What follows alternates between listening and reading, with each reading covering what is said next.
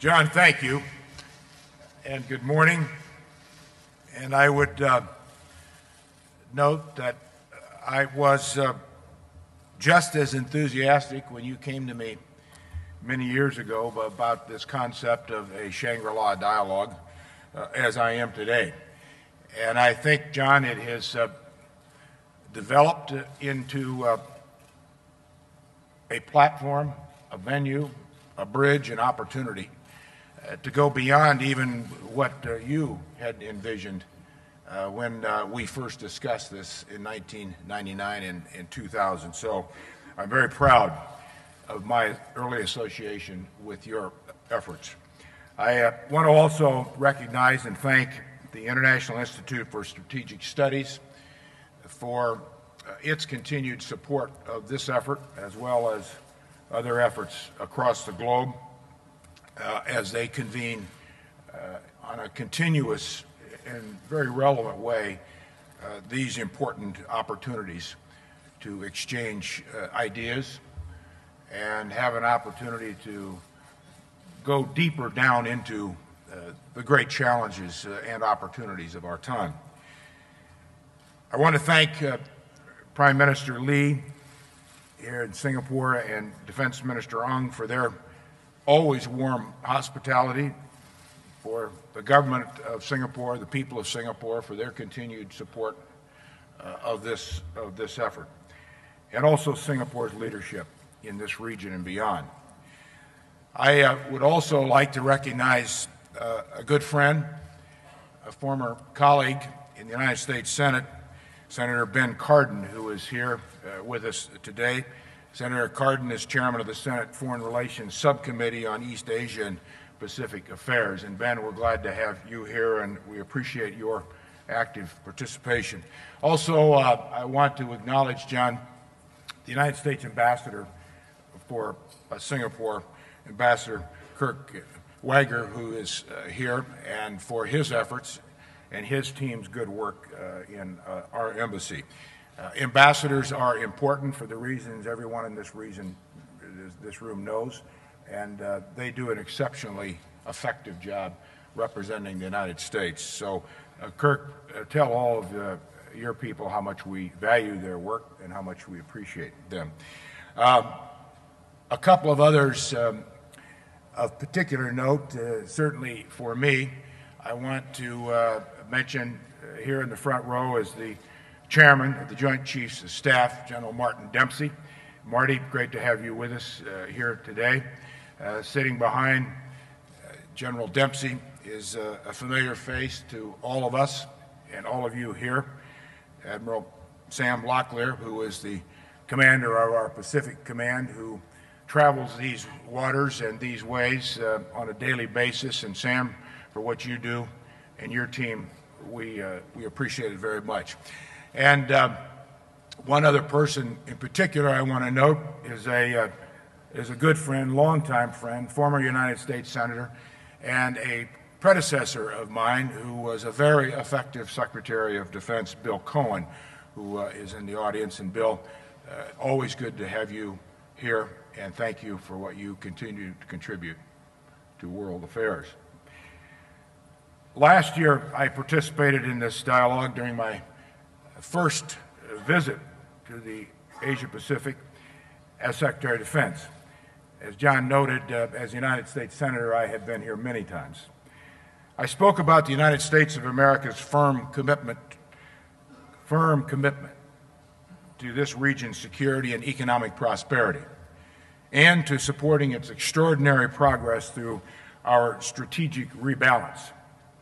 Today, I return on my 5th trip to the region as Secretary of Defense in about a year, again reaffirming that America's commitment to the Asia-Pacific is enduring. In his remarks at West Point earlier this week, President Obama laid out the next phase of America's foreign policy, particularly as we come out of 13 years of war in Iraq and Afghanistan. He made clear we will balance our diplomacy, our development assistance, and military capabilities, and that we will strengthen our global partnerships and alliances. That is how America is implementing its strategy of rebalancing to the Asia-Pacific. The rebalance is not a goal, it's not a promise, or a vision. It's a reality. Over the last year, President Obama launched comprehensive partnerships with Vietnam and Malaysia, held a summit with Chinese President Xi, and last month visited 3 of our 5 regional treaty allies, Japan, South Korea, and the Philippines, as well as Malaysia. In the Philippines, he and President Aquino announced a new enhanced defense cooperation agreement on the rotational presence of U.S. forces, the most significant milestone for our alliance in over a decade. Under President Obama's leadership, the administration is also making progress in negotiating the Trans-Pacific Partnership Trade Agreement. Our State Department is increasing foreign assistance funding to the Asia-Pacific region and expanding assistance for maritime capacity building in Southeast Asia. Diplomatic, economic, and development initiatives are central to the rebalance and to our commitment to help build and ensure a stable and prosperous region.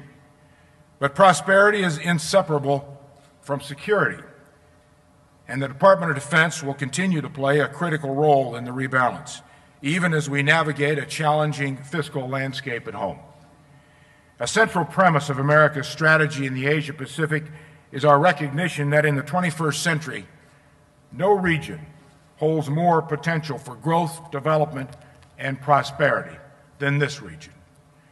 But even while advances in human rights, freedom, democracy, technology, and education are all yielding better lives and futures for all people, and even as more nations are stepping forward to contribute to regional security, the Asia-Pacific is also confronting serious threats.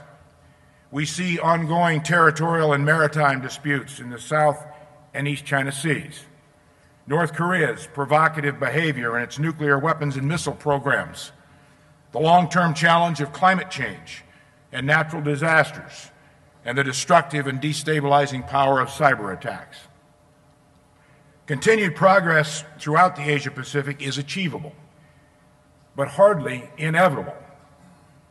The security and prosperity we have enjoyed for decades cannot be assured unless all nations, all our nations, have the wisdom, the vision, and will to work together to address these challenges. As President Obama said earlier this week, America must always lead on the world stage. If we don't, no one else will. He went on to say that the question is not whether America will lead, but how we will lead to help ensure peace and prosperity around the globe. Today, I want to highlight 4 broad security priorities that the United States, as a Pacific power, is advancing in partnership with friends and allies throughout the Asia-Pacific. First, encouraging the peaceful resolution of disputes, upholding principles including the freedoms of navigation, and standing firm against coercion, intimidation, and aggression. Second, building a cooperative regional architecture based on international rules and norms. Third, enhancing the capabilities of our allies and partners to provide security for themselves in the region. And fourth, strengthening our own regional defense capabilities. One of the most critical tests facing the region is whether nations will choose to resolve disputes through diplomacy and well-established international rules and norms, or through intimidation and coercion. Nowhere is this more evident than in the South China Sea, the beating heart of the Asia-Pacific and a crossroads for the global economy. China has called the South China Sea a sea of peace, friendship, and cooperation, and that's what it should be. But in recent months, China has undertaken destabilizing unilateral actions asserting its claims in the South China Sea. It has restricted access to Scarborough Reef, put pressure on the long-standing Philippine presence at the Second Thomas Shoal, begun land reclamation activities at multiple locations, and moved an oil rig into disputed waters near the Paracel Islands. The United States has been clear and consistent. We take no position on competing territorial claims, but we firmly oppose any nation's use of intimidation, coercion, or the threat of force to assert those claims. We also oppose any effort by any nation to restrict overflight or freedom of navigation, whether from military or civilian vessels, from countries big or small. The United States will not look the other way when fundamental principles of the international order are being challenged. We will uphold those principles. We made clear last November that the U.S. military would not abide by China's unilateral declaration of an air defense identification zone in the East China Sea, including over the Japanese-administered Senkaku Islands.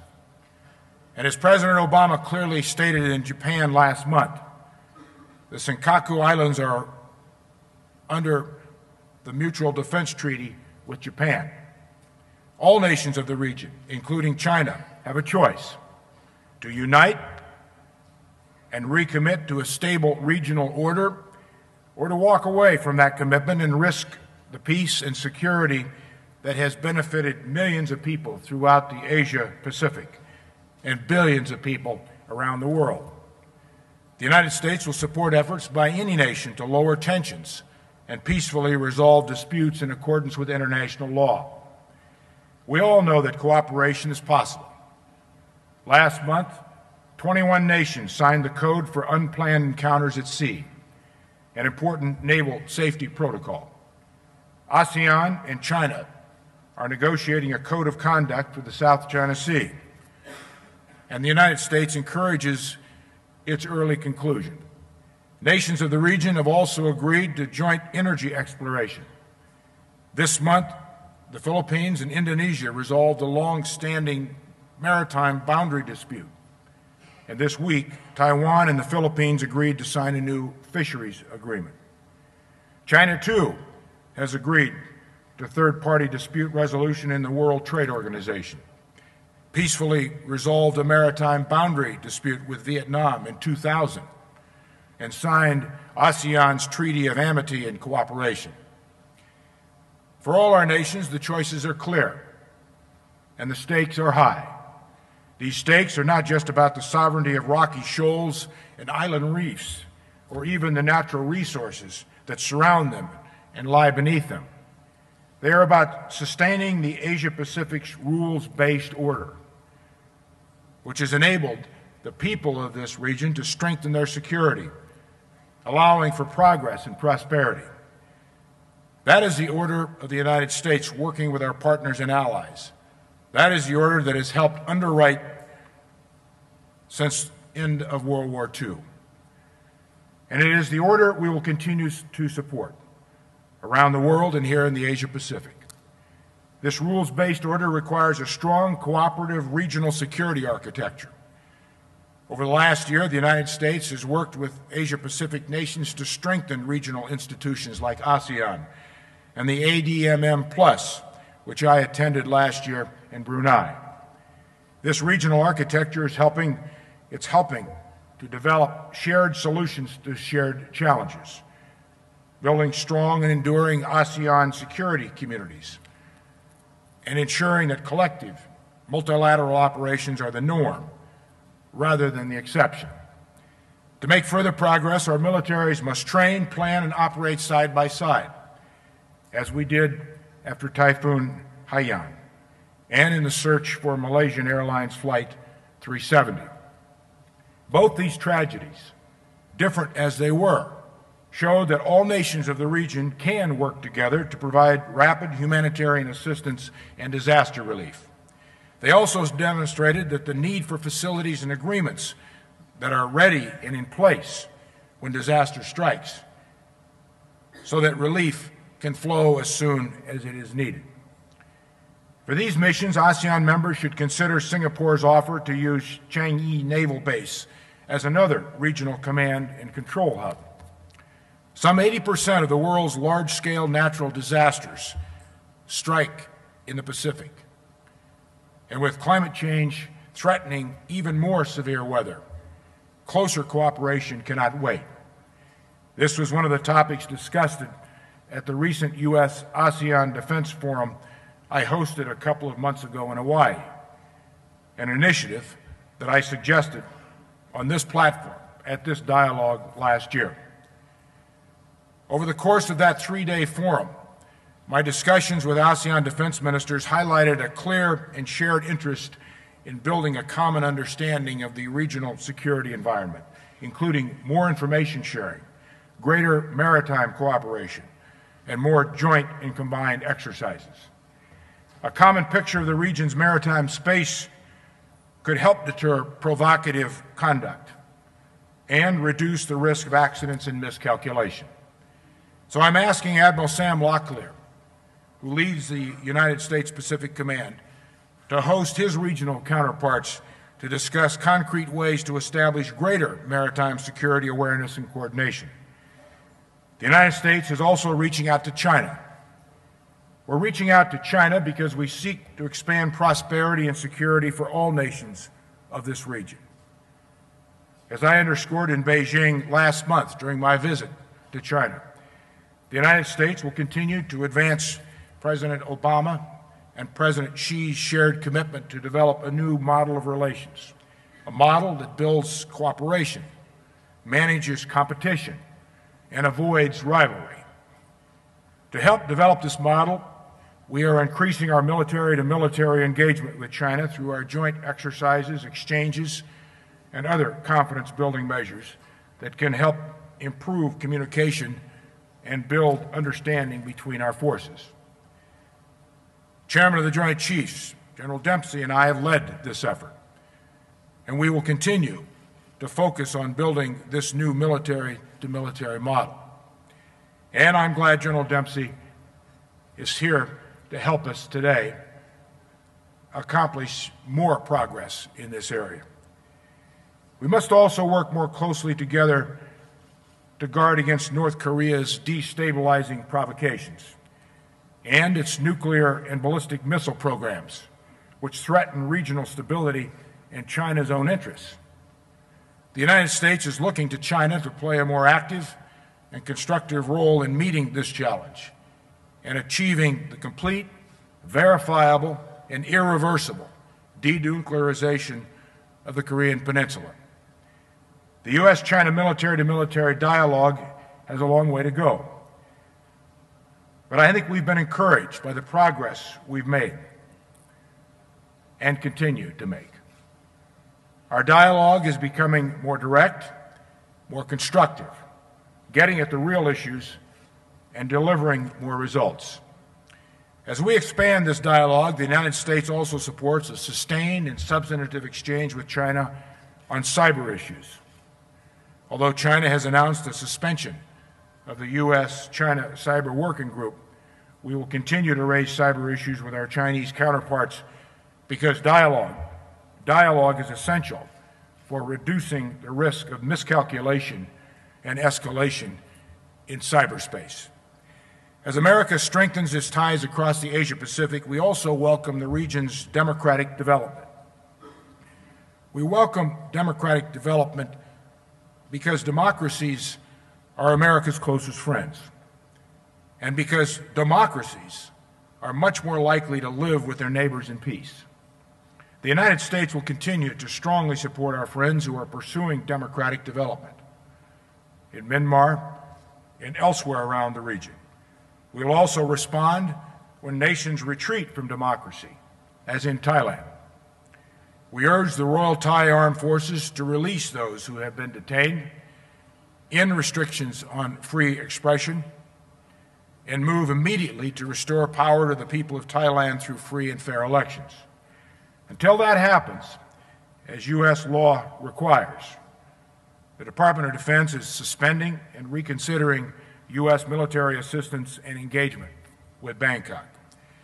The Asia-Pacific shifting security landscape makes America's partnerships and alliances indispensable as anchors for regional stability.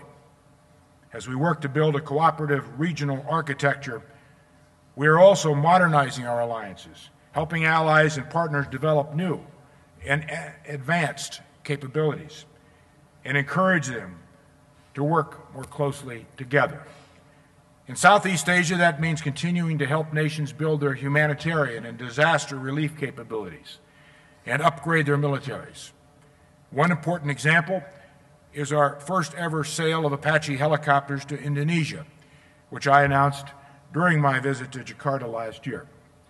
This sale will help the Indonesian Army defend its borders, conduct counter-piracy operations, and control the free flow of shipping through the Straits of Malacca. We're also providing robust assistance to the Philippines Armed Forces to strengthen their maritime and aviation capabilities. In Northeast Asia, our capacity-building efforts include strengthening allies' capabilities with sophisticated aircraft and ballistic missile defense, especially to deter and defend against provocations by Pyongyang. 2 months ago, we signed an agreement with the Republic of Korea. We signed that agreement for its purchase of Global Hawk, which will dramatically enhance its intelligence, surveillance, and reconnaissance capabilities.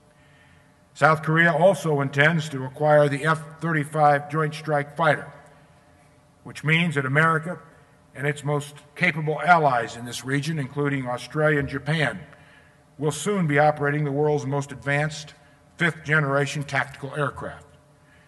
We're also making significant progress in building a robust regional missile defense system. Last month in Tokyo, I announced that the United States will deploy 2 additional ballistic missile defense ships to Japan, a step that builds on the construction of a second missile defense radar site in Japan and the expansion of America's ground-based interceptors in the continental United States, which I reviewed this week in Alaska during my trip to Singapore. Modernizing our alliances also means strengthening the ties between America's allies, enhancing their joint capabilities, such as missile defense, and encouraging them to become security providers themselves. Yesterday, I held a trilateral meeting with my counterparts from Australia and Japan, and today I will host another trilateral meeting with my counterparts from Korea and Japan. The enhanced cooperation America is pursuing with these close allies comes at a time when each of them is choosing to expand their roles in providing security around the Asia-Pacific region, including in Southeast Asia. 7 decades after World War II, the United States welcomes this development. We support South Korea's more active participation in maritime security, peacekeeping, and stabilization operations. We also support Japan's new efforts, as Prime Minister Abe described very well last night, to reorient its collective self-defense posture toward actively helping build a peaceful and resilient regional order. To complement these efforts, the United States and Japan have begun revising our defense guidelines for the first time in more than 2 decades. We will ensure that our alliance evolves to reflect the shifting security environment and the growing capabilities of Japan's self-defense forces. America's global partnerships also reach across the Asian continent and extend to India, one of the United States' most important democratic partners, and a country with historic influence across Asia. The United States looks forward to working with India's new government, led by Prime Minister Modi. We welcome India's increasingly active role in Asia's regional institutions, which strengthens regional order. We also welcome India's growing defense capabilities and its commitment to freedom of navigation in the Indian Ocean. To further strengthen U.S.-India defense ties, I am directing the Pentagon's Undersecretary for Acquisition, Technology, and Logistics to lead the U.S.-India Defense Trade and Technology Initiative with India's new government. I plan to play an active and very personal role in helping expand this initiative because it is a centerpiece of America's defense cooperation with India, and it should reflect the trust and confidence President Obama and I have in our nation's relationship with India. To reinforce this effort and to drive even more transformational cooperation, I hope to visit India later this year. The United States also remains committed to building the capacity of allies and partners in the region through as many as 130 exercises and engagements, and approximately 700 port visits annually.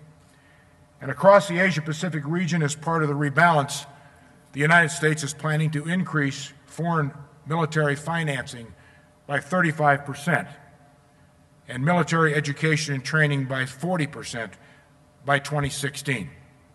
Next month, the United States will host its annual Rim of the Pacific exercise, the world's largest maritime exercise that will feature for the first time a port visit by a New Zealand naval ship to Pearl Harbor in more than 30 years. And it will include Chinese ships for the first time. All told, RIMPAC will include some 23 nations, 49 surface ships, 6 submarines, more than 200 aircraft, 25,000 personnel, and even, I understand, a few highly trained sea lions.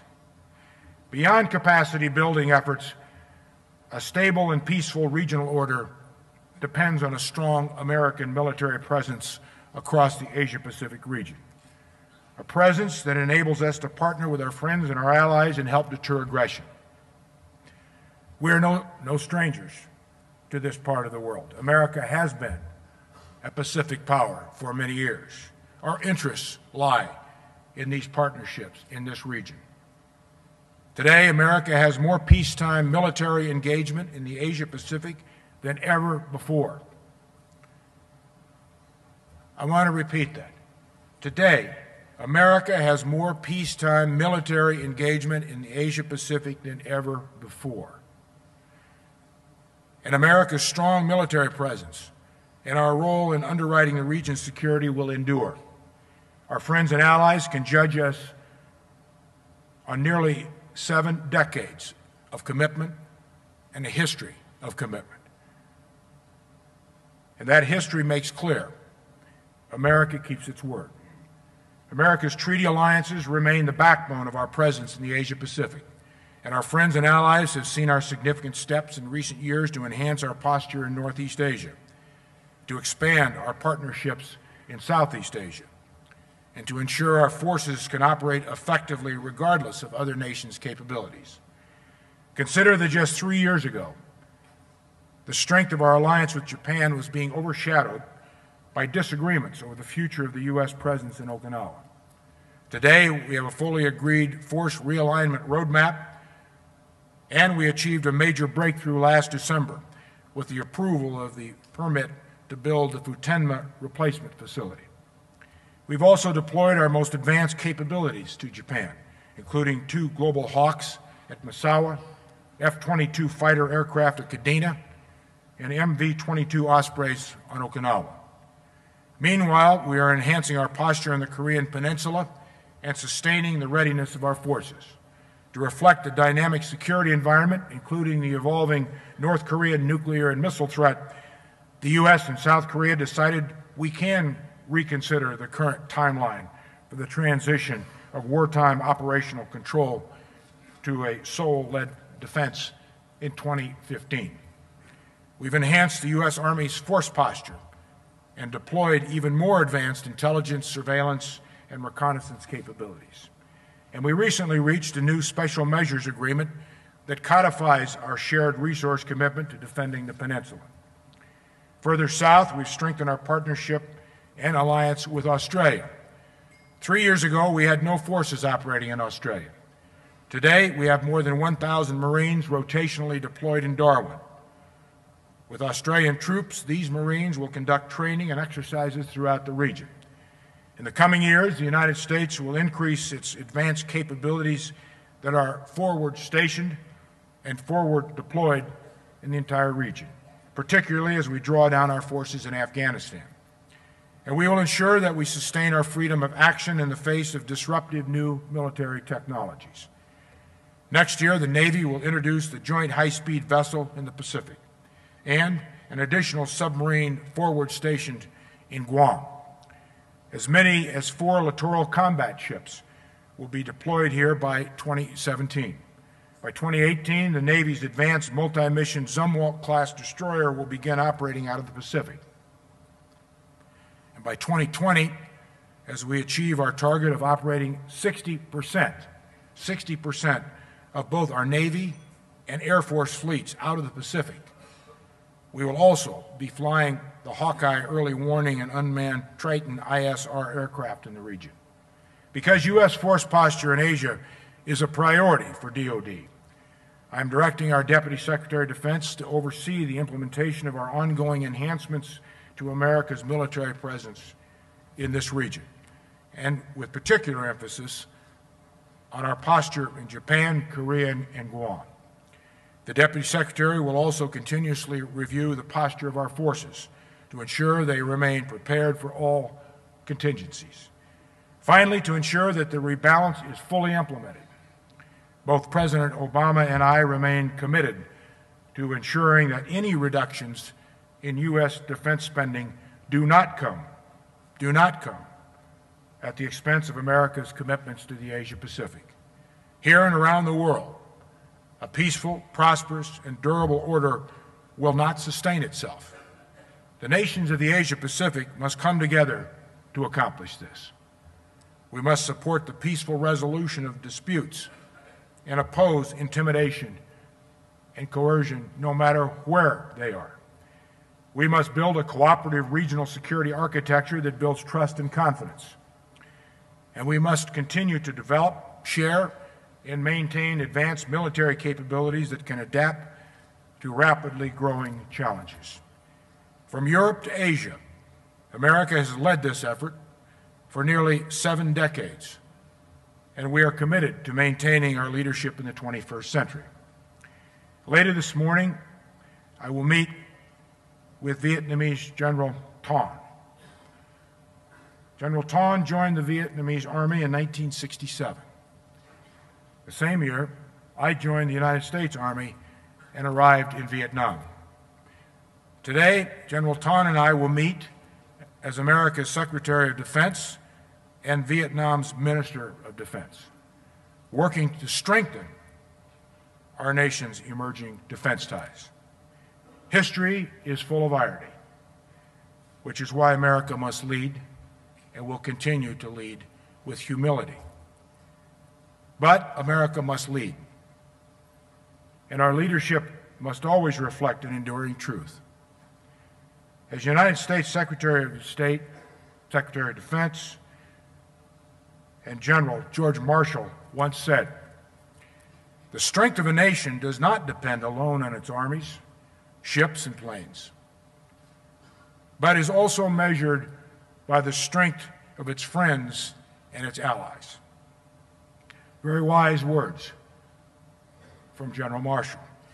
Those words ring more true today than ever before. Today, perhaps more than ever, one of America's greatest sources of strength is its network of partners and allies. As President Obama put it at his West Point speech, from Europe to Asia, America is the hub of alliances unrivaled in history of nations. Across this region and across the globe, the United States has been and always will be committed to a peaceful and prosperous international order that rests not merely on America's own might, but on our enduring unity and partnership with other nations. Thank you very much. Thank you.